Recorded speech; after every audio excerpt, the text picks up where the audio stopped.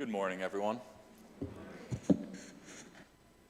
I woke up this morning and I realized summer is officially over when it was 55 degrees out. Some of you guys may love that. Some of you guys who are in college or high school or middle school may hate that, but you made it through the summer. For you guys who don't know who I am, my name is Pastor Eric. I'm the associate pastor here at Montclair Community Church. My main responsibilities are youth group and young adults, and along with that, I'm on part of our teaching team. Our teaching team is mainly made up of our pastors and our elders, but it gives us an opportunity to hear different voices and hear different teaching styles. And today I get the privilege to be able to bring you guys a message. The message today is going to be called Owner or Steward. And I'm going to say right off the front, sometimes people who hear the word stewardship, you immediately think it's a message on giving. It's not going to be a message on giving. So if you're immediately tuning out because you assume, oh, they're just going to be telling me to give 10% and I don't have money, tune in, because it's a lot more than that. But I'm going to start off by sharing a story that I think explains the difference between ownership and stewardship. When I turned 17, I saved up a lot of money.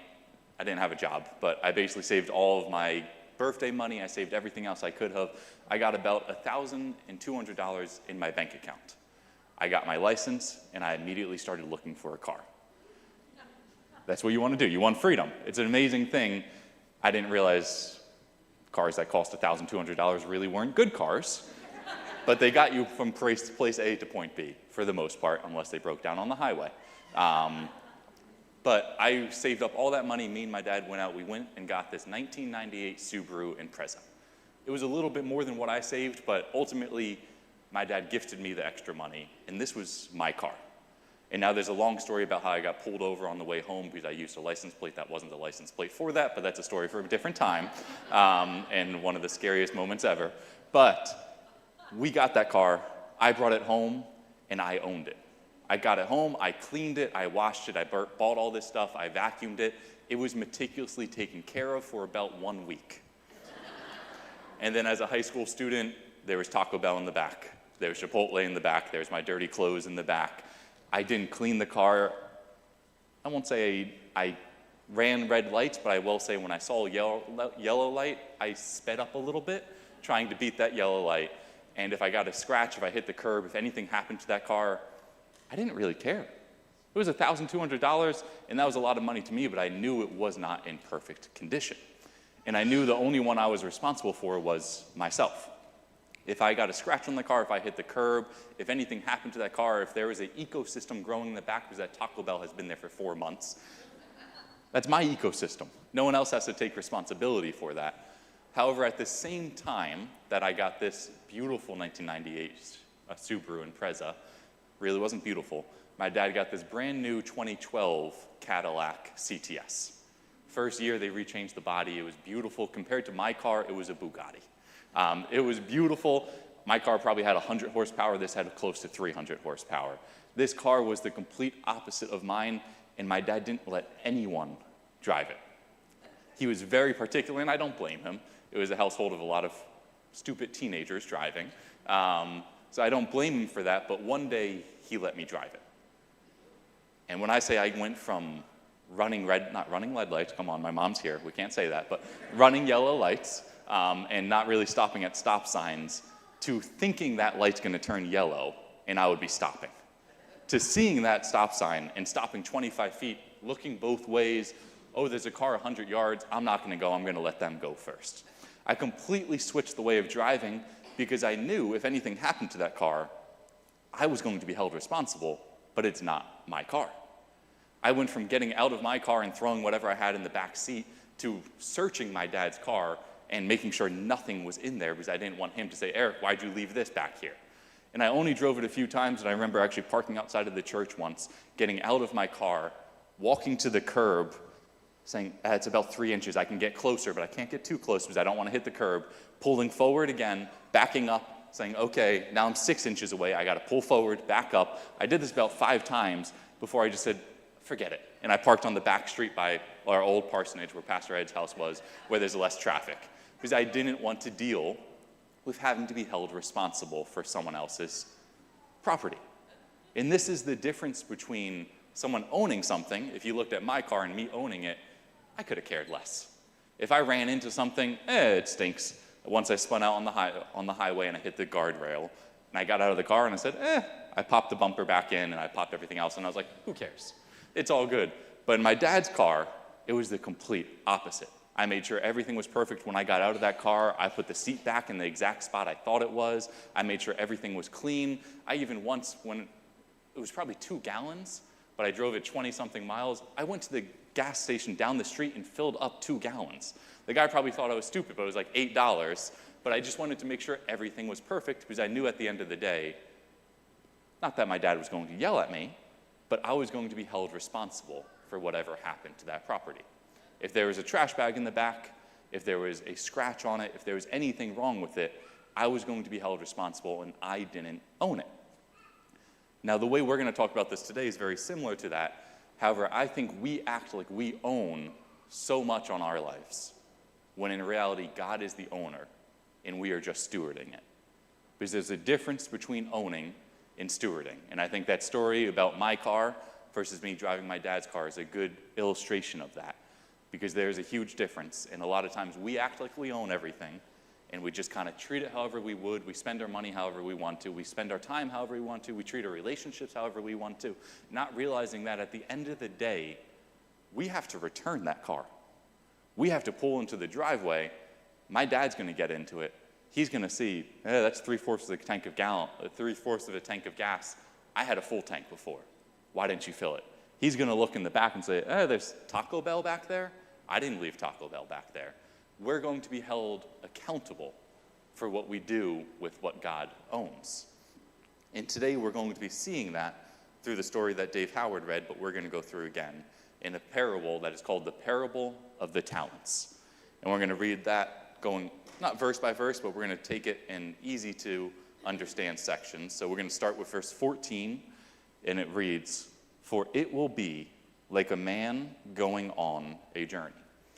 So for anyone who reads the Bible and understands, when you read "for it will be," there should be a question that comes into your mind. What is it? What is it talking about? It doesn't say "for this will be." It doesn't share exactly what it is. It says "for it will be."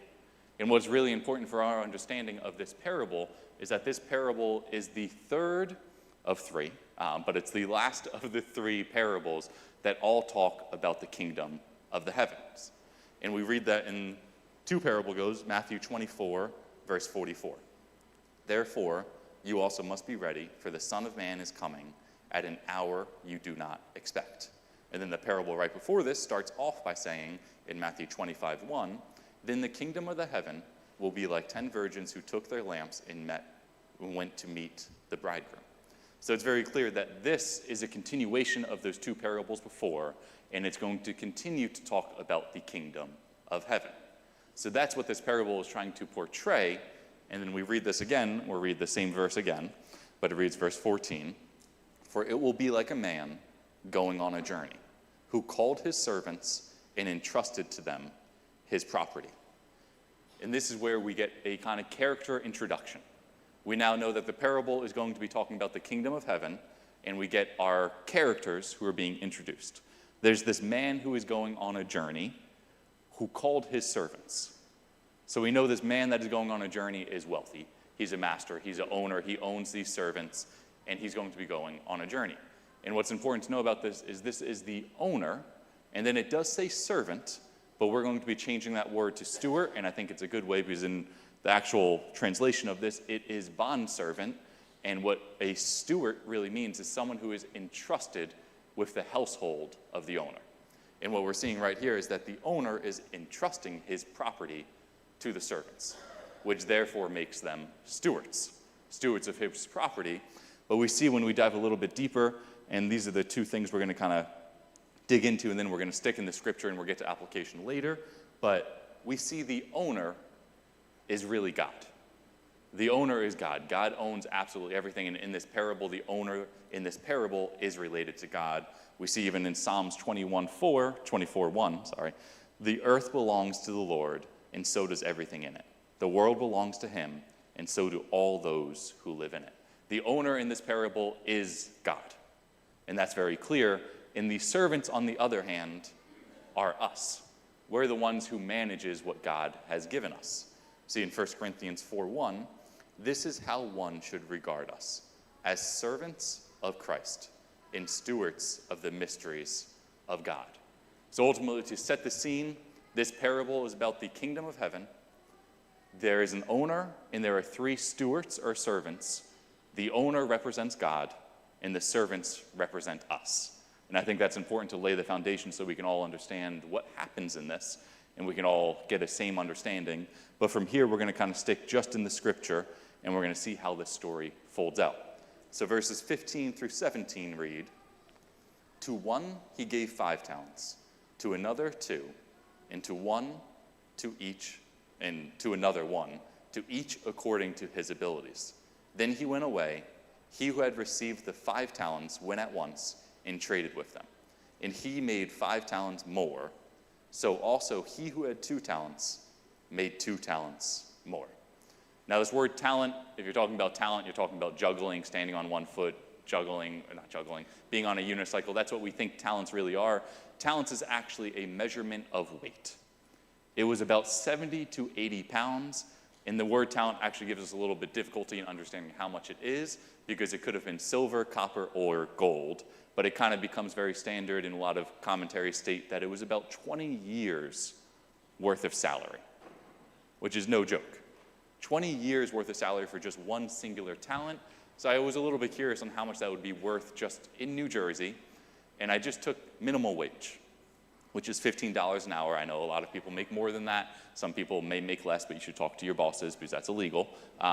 But if you're talking $15 an hour for 20 years, that means one talent is equal to $600,000. It's a lot of money. So that means the man who got 1 talent was handed a check with $600,000. The man that got 2 talents was handed a check with $1.2 million. And the man with 5 talents was handed a check with $3 million. And now that number goes up significantly if you would take the just medium salary of New Jersey. But I didn't do that math, so I can't talk about that. But this is important to know because this is not just $100. This is not just $200. This is a lot of money. This is 20 years of this owner saying, hey, here's 1 talent. This is equal to me having a servant for 20 years completely paid off. And he's entrusting it to one of his servants. And the same with the other 3. And what I find even more interesting than the fact that, hey, he gave all this money, he didn't give any instructions. He gave them that money and didn't tell them what to do.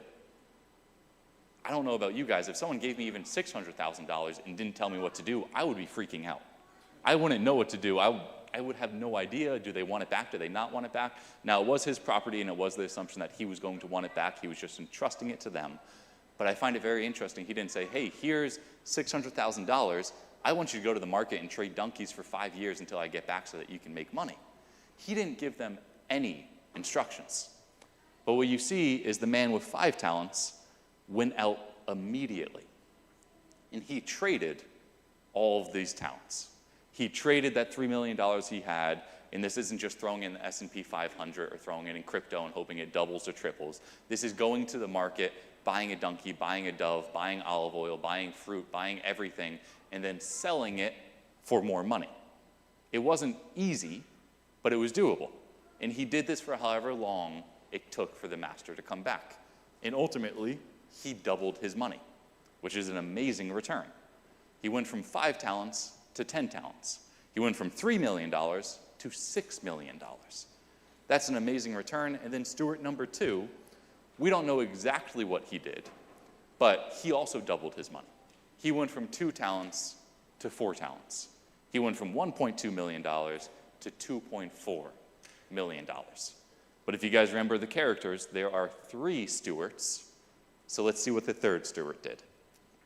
Verse 18. But he who had received the 1 talent went and dug in the ground and hid his master's money. This was one of the most common ways to make sure your money stayed completely safe. There was banks, there were things like that people could hold money, but if you wanted absolutely no chance, no risk of losing anything, what they would do is go into the middle of the woods where no one else was nearby, dig a big hole, because by the way, this was 70 to 80 pounds of metal, put it in there, cover it, and then leave it until the master or until someone came back. Now, what's important to know about this is you normally wouldn't do this with someone else's money. You would do this with your prized possessions. So we see that this steward here is acting more like an owner than a steward. He's acting like, hey, this is my money, versus, hey, this is my owner's money, and I should be responsible for it. But it was very common, and what this tells us about this steward is he didn't want to lose anything, but he also didn't want to gain anything. He wanted to keep the talent, but he didn't even want interest on it.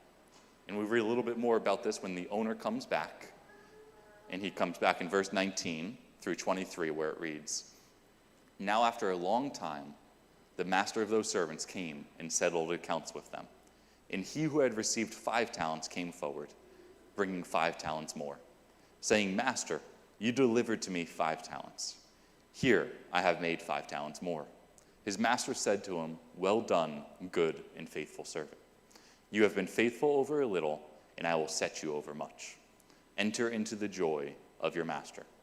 And he also, who had the 2 talents, came forward, saying, 'Master, you delivered to me 2 talents here. I have made 2 more talents.' His master said to him, 'Well done, good and faithful servant. You have been faithful over a little. I will set you over much. Enter the joy of your master.'" We don't know how long the master was gone. We don't know whether it was 5 weeks, whether it was 5 years, 10 years, 20 years, 30 years, which is also, by the way, because it's about the kingdom of heaven. We don't know when that's going to come back either, but we don't know how long that took. But when he came back, he was ready to settle his accounts. He's saying, "Hey, I gave you 5 talents. What did you do with it? Where is it? Is it all gone? Do I have more?" And the guy who had 5 talents said, "I doubled it. It's now 10 talents. And his response was, "Well done, good and faithful servant." And then he said, "I'm going to put you in charge of even more. You now have 10 talents. I may give you 20 talents. You have proven yourself faithful with little." I don't know since when 5 talents was little or since when 3 million was little, but for God it is. "And I will give you even more." And he says the same exact thing to the man who has 2 talents. He says, "Well done, good and faithful servant, and I will give you and put you in charge of even more." And then what's really cool is at the end of that, he says, "Enter the joy of your master," which means very simply, have a closer relationship with your master. In this parable, since we know it's a parable and it's not a true story, it's talking about coming into the kingdom of God. It's saying, "I have trusted you with little. You have done well with that. I will give you more, and enter the kingdom of heaven," which is amazing. He says this to the first 2, and what I want to point out here is there is no difference between the man who made 5 talents and the man who made 2 talents. He didn't say, "Oh, well, since you made 5 talents off of your 5 talents, you're better than the guy who only made $1.2 million because you made $3 million. He treated them the exact same. Because the importance wasn't on how much you had, but on how you handled it. And they both went immediately. One went to trade, and the other one, we're not sure what they did, but they went immediately to work and continued to work until the day the owner came back. And they used their talents wisely. But as we know, steward number 3 didn't quite do the same thing. And now, by the way, when I first read this when I was a teenager, I actually liked steward number 3. I thought it was a smart thing. I was like, hey, he just dug a hole. Like, he can't lose any money. That's great. I mean, maybe a high-yield interest savings account would be better, get 5% back, but you still can't lose any money. I'm like, that's a smart choice. These other men could have lost everything. But that's not quite how the owner saw it. And we read about that now. Verses 24 through 25. He also, who had received the 1 talent, came forward, saying, "Master, I knew you to be a hard man, reaping where you did not sow, and gathering where you scattered no seed. So I was afraid, and I went and hid your talents in the ground. Here, have what is yours." And again, it doesn't sound like that bad of a thing, right? If I gave you guys $600,000 and 5 years from now I came back and said, hey, where's my $600,000? And you gave me $600,000, I wouldn't be all that upset. I mean, I would be like, hey, why didn't you put it in a bank? Why didn't you do something with it? But at least you didn't lose everything. So it almost seems like it's a good thing, but it isn't. And we see the owner's response in verse 26 through 30. But his master answered him, "You wicked and slothful servant, you knew that I reap where I have not sown, and gathered where I scattered no seed. Then you ought to have invested my money with the bankers, and at my coming I should have received what was my own with interest. So take the talent from him and give it to him who has the 10 talents. For to everyone who has will more be given, and to he will have an abundance. But from the one who has not, even what he has will be taken away. And cast the worthless servant into the outer darkness, in the place that there will be weeping and gnashing of teeth." This response, to me, almost didn't make sense. He didn't lose money. He didn't double his money, but at the same time, the man who was trading could have lost it all. And then he responded by saying, "You wicked and slothful servant, I have given you this and you have done nothing with it." These are pretty powerful words. And I think I want to point back, I missed one thing in the verses before, but in verses 24 through 25, the man describes the master as a hard man, a bad boss, a man who is reaping where he did not sow and gathering where he did not seed, basically just meaning he steals and he takes things that do not belong to him. However, I don't think this man actually understood who the master was. In fact, I know a lot of you guys have worked for bosses that you would consider bad people, bad bosses, micromanagers, or people like that. None of those bosses have handed you a check for $600,000 and said, "Hey, I'm going to come back in a couple years, you do what you want with it, and we can figure it out from there." It doesn't sound like he's that kind of boss, and in fact, even in these verses, he doesn't say he's not a wicked boss or a hard boss, but he kind of gives him a sarcastic response. He said, "If you knew that I reaped where I sowed, if you knew that I stole other people's crops, if you knew all of this, then why wouldn't you have known that I expect more of you? I would expect you to go out and to make money on this." But again, getting back to this response, it was a harsh response for what seems like a somewhat prudent decision. I don't want to lose the money my boss has given me. I don't want him to yell at me. I don't want to be afraid. I don't want this. But in the end of it, the boss was saying, "You could have just given it to the banker. I would have had interest. You did absolutely nothing with this money I gave you. I gave you an opportunity to prove that you were faithful. You did nothing." And then he goes into the punishment. He takes away his talent, gives it to the man with 10. And then, what seems even harsher, is he cast him out into the darkness, into the place where it says there are gnarling, gnashing teeth, and weeping, a place no one wants to be, a place that is outside of the kingdom of heaven, a place that none of us want to be in. And this is what the owner, aka God, is saying this man who did nothing with his talents deserves. Because this may seem extremely harsh, it may seem almost unjust, but in reality, it speaks to the severity of not using those talents that God has given each and every one of us. It speaks to the severity of when God gives you something and we dig a hole and say, "I'll get to it later," and forget about it for 55 years as we live our lives, the severity he has in looking at that. And now there's a few lessons we can learn from this. And the first one, very simply, is God owns, we steward. God owns absolutely everything. God owns your relationships. God owns your finances. God owns your time. God owns your abilities. God owns your teaching abilities, your sports. Everything you do, God owns, and he has lent you that. He has given you that. He has equipped you with that. But there will be a time at the end where he says, "Hey, what did you do with that? I gave you that ability to teach. What did you do with that? I gave you that salary that was above average so you could bless others.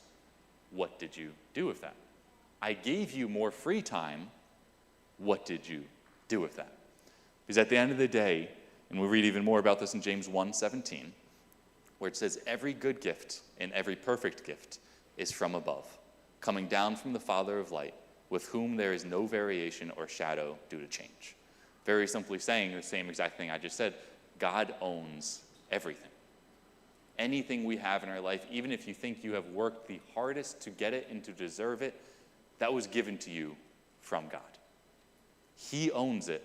And when we act like we're an owner, and we act like we are only going to be responsible to ourselves, we act like me with my car. I get a scratch on it, I don't really care. I bring it back with 1/4 of a tank of gas, whatever. Or we can realize I don't own this and take as great care and do everything above and beyond because we are just stewarding it. That's the first lesson, is God owns, we steward. The second one is there are different talents, but we all have the same responsibilities. And if we look back even just to the same parable, in verse 15, it says, to one he gave 5 talents, to another 2, and to another 1, to each according to his ability. He gave them talents according to their abilities. He gave them all different talents. He gave one $600,000, one $1.2 million, and one $3 million.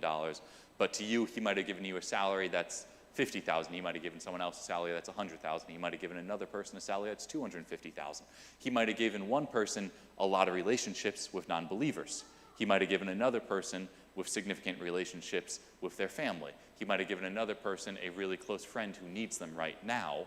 Everyone has different talents. Everyone has different things God has given us, but we all have the same responsibility. It doesn't matter if you can't sing. In fact, with this mic on, I was in the back there singing to the song that everyone was singing, and I was really praying Peter had the mic on mute, because it would have been really ugly if you guys heard me sing. But I don't have that ability at all. But that doesn't mean I should look at the worship team and say, I don't have the same responsibility. I still have the same responsibility to praise and glorify God. We all have the same responsibility to give everything we have to God and to glorify him with that. It doesn't matter if you have 1 talent. It doesn't matter if you have 3 talents, 5 talents, 10 talents, if you have $20 million, or you have $2,000 in your bank account, or your bank account's negative $500. It doesn't matter. Everything you have is supposed to glorify God. And we'll read even more about this in Romans 12, 6 through 8. Having gifts that differ according to the grace given to you, let us use them. If prophecy, in preparation to our faith. If service, in serving. And the one who teaches in his teaching, to the one who exhorts in his exhortation, to the one who contributes in generosity, the one who leads with zeal, the one who does acts of mercy with cheerfulness. Each person is given a different gift or a different talent, different financial responsibilities, different relationships, different abilities, different skills, different than the person to the left or right of you. We are all unique. However, the goal and our responsibility is to be diligent with it, to be responsible with it, to be like the steward that went out immediately and went there. And in fact, that is our third point that we can learn there, is we need to be diligent stewards. We see again in just the verse prior to this, in one of the parables that is talking about the verse prior to the parable we just read, Matthew 25:44, where it reads, therefore you also must be ready, for the Son of Man is coming in an hour you do not expect. I think it's really important that in this parable, they didn't know how long the master, the owner, was gone for. He didn't say, hey, I'm going on a 2 weeks vacation. You have this money for 2 weeks. Or, hey, I'm going to disappear for 2 years. You have this for 2 years. He disappeared and he said, I'm going on a trip. There was no time frame. We don't know when God is coming back. We don't know tomorrow he could be here. Tonight he could be here. He could come back tomorrow, the next day, next year, next month. We don't know when the Son of Man is coming back, but I promise you, he is coming back. And do we want to be caught with all of our talents, with all of our gifts, with everything he's given us in a hole that we haven't touched for 20 years because, I don't have enough time, I don't have enough money, I don't have enough energy to use it right now. I have a lot going on. I'm getting my career going. I have some family issues. My boss is really tiring me out. I'll get to that, but just not today. And then just not today turns into just not this week, or just not this month, or just not this year, or not just this decade, or not just my entire life. You see, the second we bury it, we can forget about these talents. The second we start thinking we own it and we're not going to be held responsible for that, we don't become diligent stewards. We ultimately let our fear and laziness, which is exactly what the owner said when he came back, "You slothful and wicked servant, you have done nothing with what I have given you." We don't want that at the end of the day. What we want to hear is, "Come into the kingdom of heaven. You have done well, my good and faithful servant." And it may seem harsh, however, it is the truth and reality of that. And before we get to kind of our final points, I want to make this a little more personal, because we've been using the words talents, and I've kind of alluded to talent is much wider than just money. It is money, and back then it was in reference to money, but the talent, meaning the talent the parable has talked about, is much more than that. It's your relationships, it's your finances, it's your time, it's your skills and abilities, it's what you do with your free time, it's what you do with everything we have. And the way I want to make that a little more personal is, let's say we have two stewards, one that makes $100,000 and the other that also makes $100,000. Decent salary. In New Jersey, it doesn't go as far as it would in Kansas, but it does go far enough. But the man number one, steward number one, the godly man, he makes sure he gives money to God. He makes sure the first that comes in is the first that goes out. He gives money, he pays all of his bills on time, he saves for the future, he does everything he's supposed to. He lives a life that is frugal, doesn't live in debt, and he lives the way that he is supposed to, and he is always looking out for others. If someone at the community group he's a part of says, "Hey, I need help moving," he may help chip in for that.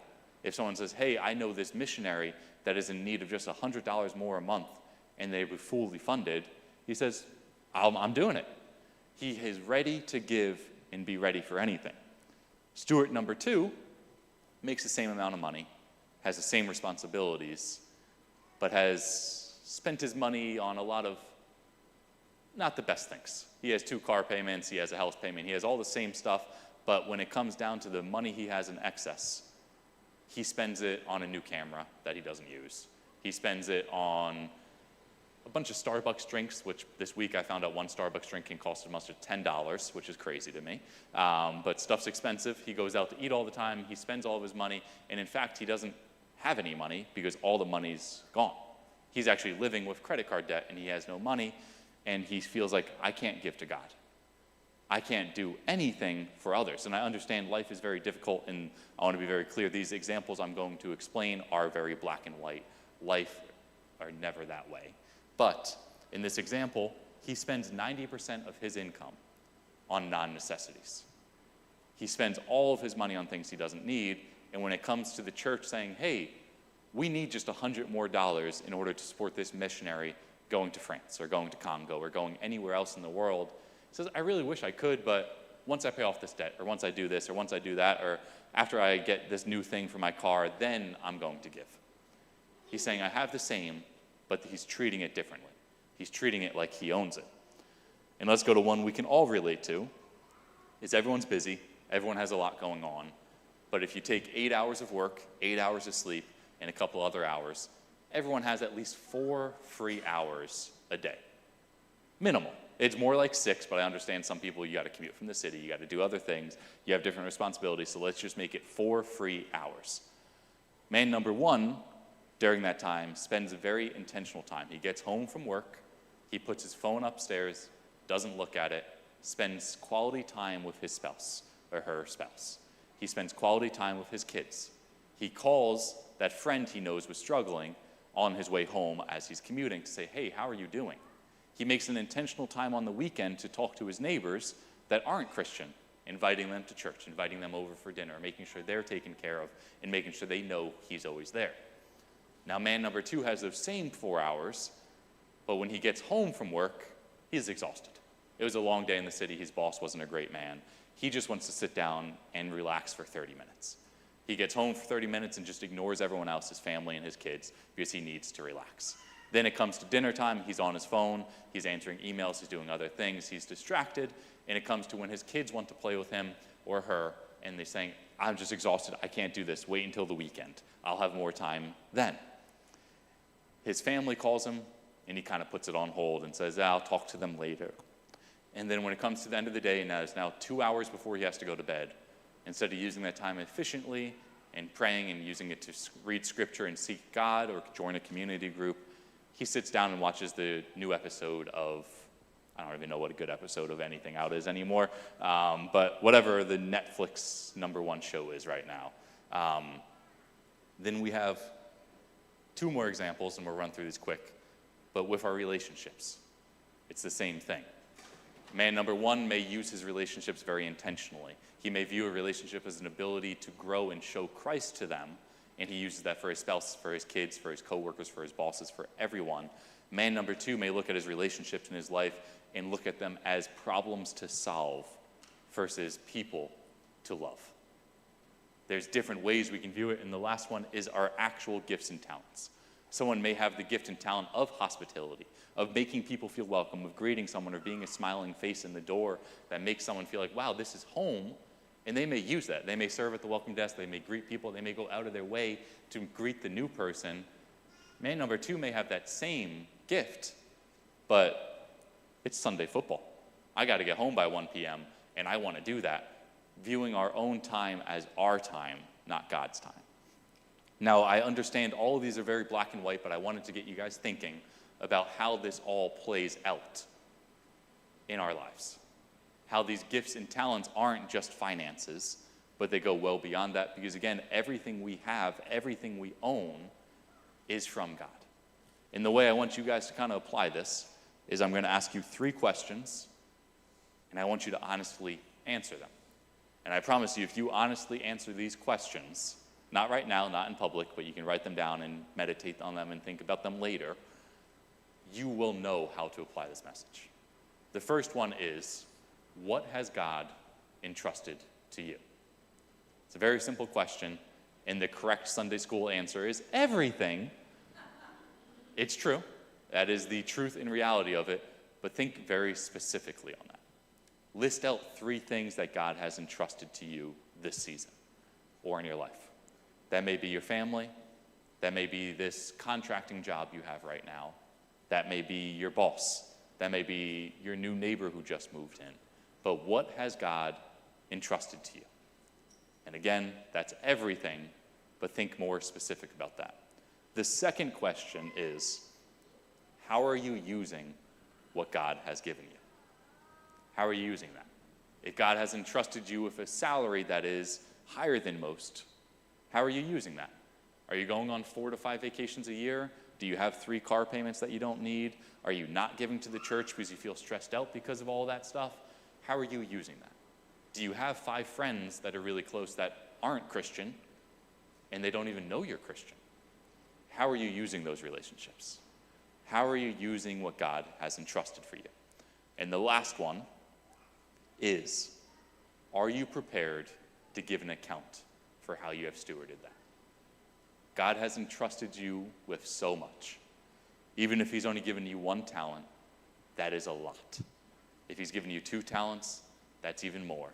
But it doesn't ultimately matter how much he has given you, because he has given you so much. And we need to be good stewards of that. And if we think about this last question, and we think about the 2 responses God had to those stewards, the one that was, well done, good and faithful servant, or the one was, you slothful and wicked servant. Which one do we want to hear at the end of the day? And what steps do we take to get there? If you answer these 3 questions, I think it will be abundantly clear on how we should be stewards of what God has given us. So let's pray. God, thank you for blessing us abundantly. And Lord, I didn't really talk about it, but I know life gets cloudy, and sometimes it seems like we aren't blessed. It seems like we don't have talents. It seems like we don't have gifts, and it seems like everything is just a struggle, Lord. I ask that you open all of our eyes to see how much you have entrusted us with, to see how much you have blessed us with, Lord, to see what a great blessing it is to have a God like you. And I ask us that we will just be able to truly meditate on those 3 questions. We'll be able to realize what you have entrusted us with, Lord. And you will give us the ability to see how we are handling that. Are we handling it self-centeredly? Are we digging a hole and building up treasure for ourselves? Are we acting like owners, like we are going to be held responsible to ourselves? Or are we treating it like it is a gift, like it is a steward, like we should be, Lord?